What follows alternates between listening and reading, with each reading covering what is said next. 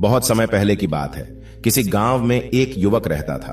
उस युवक के बड़े बड़े सपने थे और उसकी कुछ इच्छाएं थीं। वह चाहता था कि इस दुनिया में सभी सुखी हो, सभी के पास धन हो, सभी ईमानदारी से काम करें, कोई भूखा ना सोए, सब खुश रहे। उसने सुना था कि हम जैसा सोचते हैं वैसा ही होता है और हमारी इच्छाओं को यह ब्रह्मांड पूरी करता है। इसलिए वह इन इच्छाओं को लिए हुए दिन रात सोचता रहता था, लेकिन हुआ कुछ भी नहीं। वह देखता कि दुनिया में दुख है, तकलीफ है, लोग एक दूसरे से नफरत करते हैं। उसकी इच्छाएं पूरी नहीं हो रही थी। तब एक दिन उसके मन में एक नई इच्छा ने जन्म लिया। उसने सोचा कि मैं हीरे मोती का व्यापारी बन जाता हूं।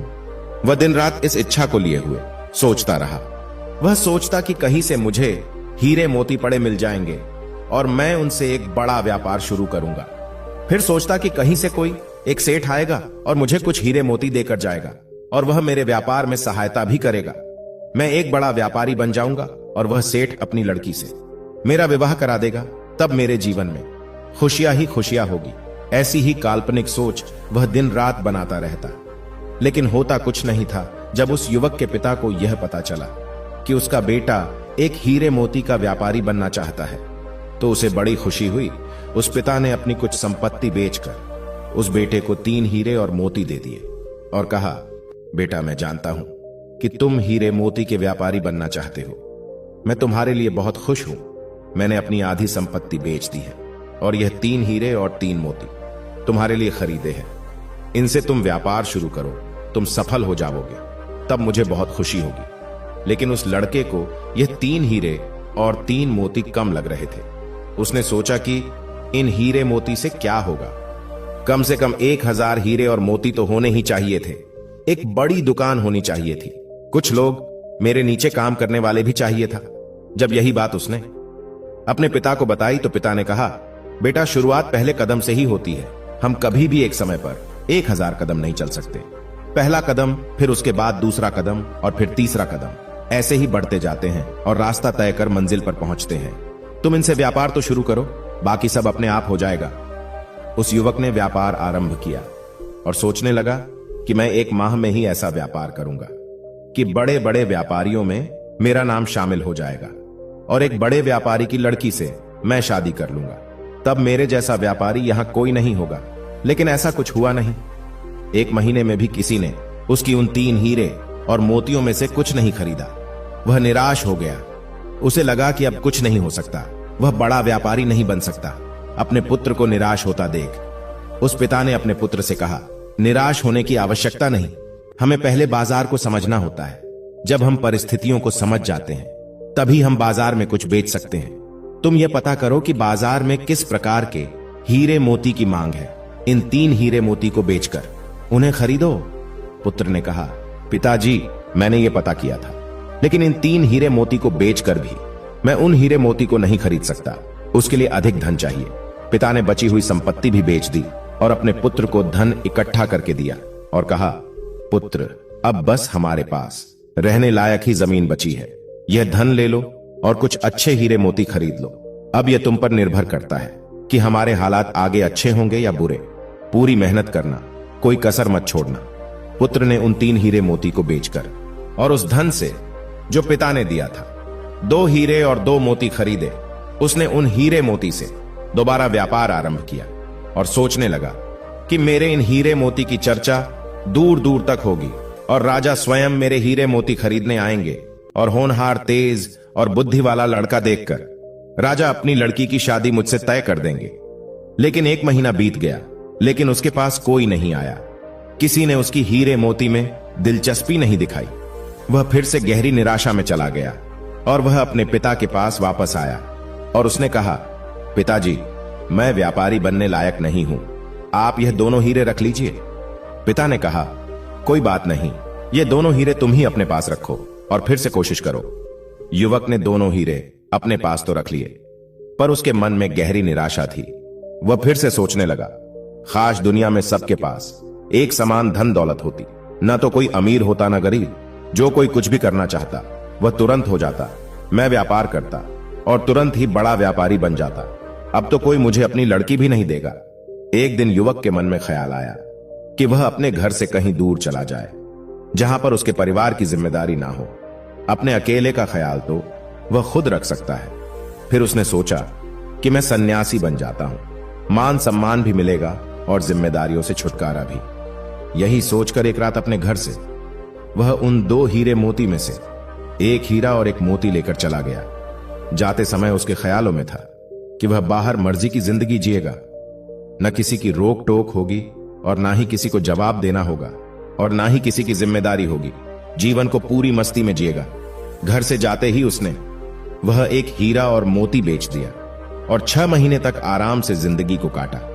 अब उसके पास धन समाप्त हो गया था। उसके पास खाने के लिए भी पैसे नहीं थे और भूख किसी से बर्दाश्त नहीं होती। एक रात वह भूख भूख चिल्लाता हुआ, इस आस में कि कोई उसे भोजन के लिए पूछ लेगा, एक रास्ते पर दौड़ता जा रहा था, लेकिन उसे किसी ने भोजन के लिए पूछा ही नहीं। तब उसे अपने घर की याद आई, अपने पिता और मां की याद आई, लेकिन वह अब घर कैसे जाए? घर जाने की भी पैसे नहीं थे और न ही घर जाने की हिम्मत शरीर में बची थी। वह एक पेड़ के नीचे बैठा रो रहा था। तभी उसने एक आवाज सुनी। उसने आवाज का पीछा किया और देखा कि एक भिक्षु नदी के किनारे पर बैठकर जोर से चिल्ला रहा था, जो तुम चाहते हो वही तुम पाते हो, जो तुम चाहते हो वही तुम्हें मिल जाता है। बार बार वह यही बात दोहरा रहा था। युवक उस भिक्षु के पास गया और कहा, जिसे जो चाहिए वह मिल जाता है? भिक्षु ने कहा, हां बिल्कुल, जिसे जो चाहिए वह मिल जाता है, जो तुम चाहते हो वही पाते हो। युवक ने कहा, ऐसा कुछ भी नहीं है। मैंने अपनी जिंदगी में क्या कुछ नहीं चाहा, मगर मिला कुछ भी नहीं। भिक्षु ने कहा, तुमने अपनी जिंदगी में सपने देखे और तुम्हें सपने ही तो मिले हैं। सपनों की हकीकत नहीं जानते। आंखें खुलते ही सपने टूट जाते हैं और कुछ नहीं बचता। इसी प्रकार तुमने अपने सपनों को चाहा और वही तुम्हें मिले, सब टूट गए। सपने टूटने के लिए ही होते हैं। युवक ने कहा, तो क्या सपने देखना, कुछ चाहना गलत है? भिक्षु ने कहा, नहीं, सपने देखना गलत नहीं है, कुछ चाहना भी गलत नहीं है। सपने वही देखो जो तुम पूरा कर सकते हो।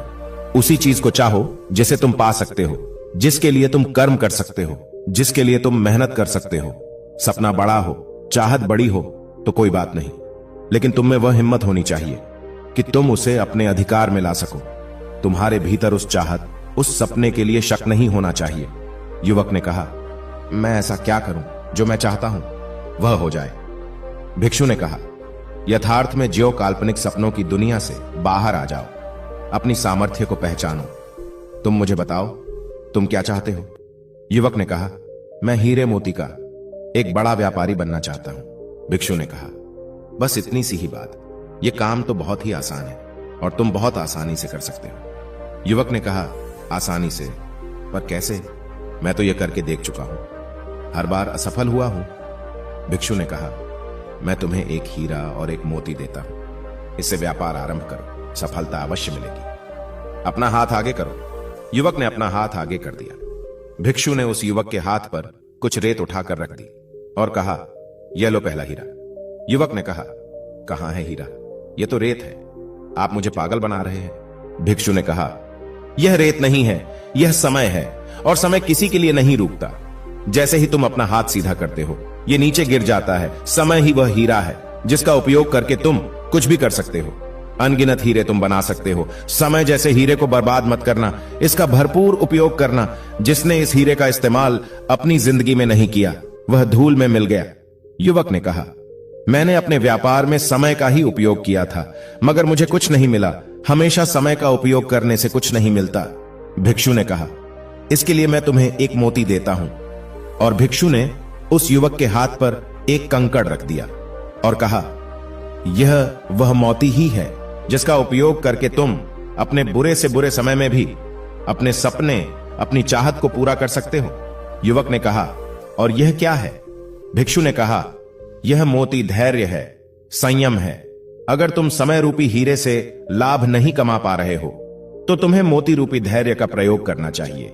जब मानव समय और धैर्य का भरपूर उपयोग करता है, तब वह जो चाहता है वह पा सकता है। तुम एक बड़े व्यापारी भी बन सकते हो। इनका एक बार उपयोग करके देख लो। मैं तुम्हें विश्वास दिलाता हूं, अवश्य ही जो तुम चाहते हो वही तुम्हें मिलेगा।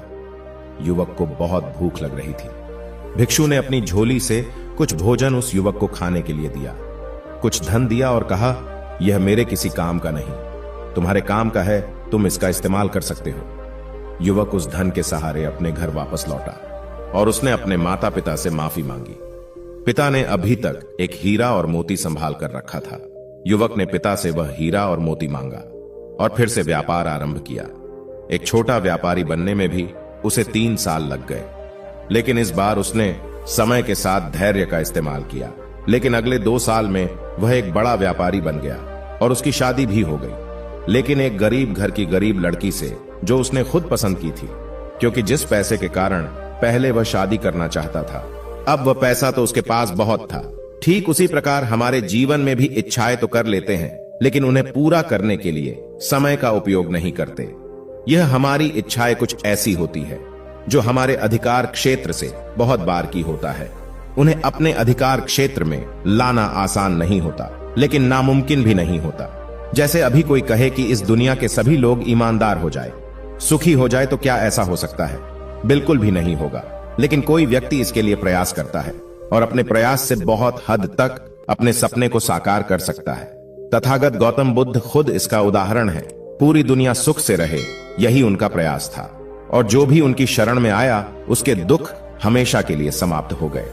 इस दुनिया के बहुत बड़े हिस्से पर उनका प्रभाव है, और वह इसलिए है क्योंकि उन्होंने अपने समय का भरपूर उपयोग किया और हमेशा धैर्य बनाए रखा। लेकिन हम तो कुछ सोचते हैं, उसके लिए प्रयास करते हैं, फिर हमें लगता है कि यह हमसे नहीं होने वाला है और तुरंत ही उसे छोड़ देते हैं। तो फिर हमें लगता है कि हम अपने जीवन में कुछ नहीं कर सकते, लेकिन ऐसा नहीं है। जो आप चाहते हैं वह आपको अवश्य मिलता है। धन्यवाद।